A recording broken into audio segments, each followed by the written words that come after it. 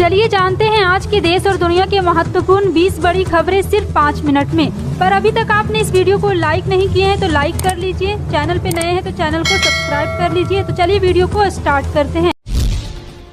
बता दें कि लोकसभा चुनाव में बीजेपी को करारी हार मिली है। नरेंद्र मोदी खुद भी मुश्किल से ही जीत पाए हैं। हालात यह हो गए थे कि वह काफी समय तक कांग्रेस के उम्मीदवार अजय राय से पीछे चल रहे थे।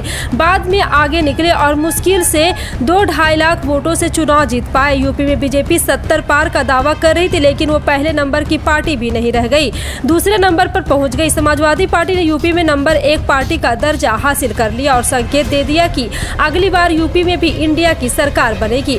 दूसरी तरफ बीजेपी के अंदर हलचल मची हुई है। नरेंद्र मोदी से लेकर अमित शाह तक किसी को समझ नहीं आ रहा है कि केंद्रीय एजेंसी और चुनाव आयोग के साथ हर सरकारी संस्था का इस्तेमाल किया, विपक्ष प्रचार तक नहीं करना दिया और यहां कैसे उनके हिस्से में हार आ गई और पार्टी की 65 सीटें घट गई। बहुमत का आंकड़ा 33 सीट दूर हो गया।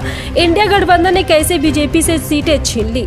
सवाल बीजेपी की रणनीति पर भी उठ रहे हैं। वैसे भी पूरे चुनाव की रणनीति पीएम मोदी और अमित शाह ने बनाई थी। दावा किया था कि 400 पार जाएंगे, लेकिन अब चुनाव हार गए तो सवाल उठ रहा है कि जिम्मेदारी कौन लेगा। नरेंद्र मोदी ने चुनाव के बाद बीजेपी मुख्यालय पर कार्यकर्ताओं को संबोधित करते हुए और साफ कर दिया है कि हार हाल में भले ही, लेकिन वहां पे इसकी जिम्मेदारी बिल्कुल भी नहीं लेंगे। जाहिर है चुनाव में पार्टी अध्यक्ष को ही हार की जिम्मेदारी लेनी चाहिए। जीत मिलती तो वह जरूर पीएम मोदी के नाम होती, हार मिलती है तो जेपी नड्डा को आगे किया जा रहा है और अब नड्डा से अध्यक्ष पद छीनने की तैयारी कर ली गई है। नड्डा को अध्यक्ष पद से हटाया जाएगा। 1-2 महीने में ही नड्डा की जगह बीजेपी को दूसरा अध्यक्ष मिल सकता है। वैसे दावा किया जा रहा है कि आरएसएस ने भी नड्डा को बीजेपी अध्यक्ष पद से विदा करने का दबाव बनाना शुरू कर दिया है। लोकसभा चुनाव के समय जेपी नड्डा ने दावा किया था कि बीजेपी को आरएसएस की जरूरत नहीं है, जिसके बाद से संघ नड्डा से नाराज चल रहा था। ऐसे में नरेंद्र मोदी संघ को अपने पाले में रखने के लिए जेपी नड्डा पर हार का ठिकरा फोड़ने को तैयारी में है।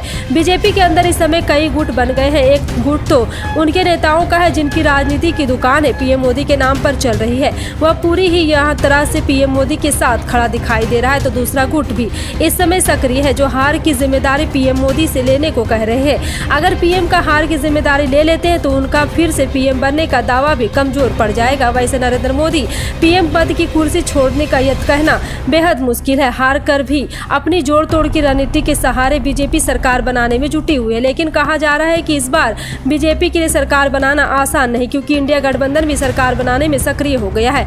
पटना से दिल्ली रवाना होने से पहले तेजस्वी यादव ने इस तरफ इशारा भी कर दिया। उन्होंने कहा इंडिया सरकार बनाने की कोशिश करेगा, वह इस मौके को छोड़ेगा नहीं और छोड़ना भी नहीं चाहेगा। इंडिया गठबंधन के नेताओं की तरफ नीतीश कुमार से संपर्क साधा जा चुका है और दावा किया जा रहा है कि उन्हें उप प्रधानमंत्री का पद ऑफर किया गया है।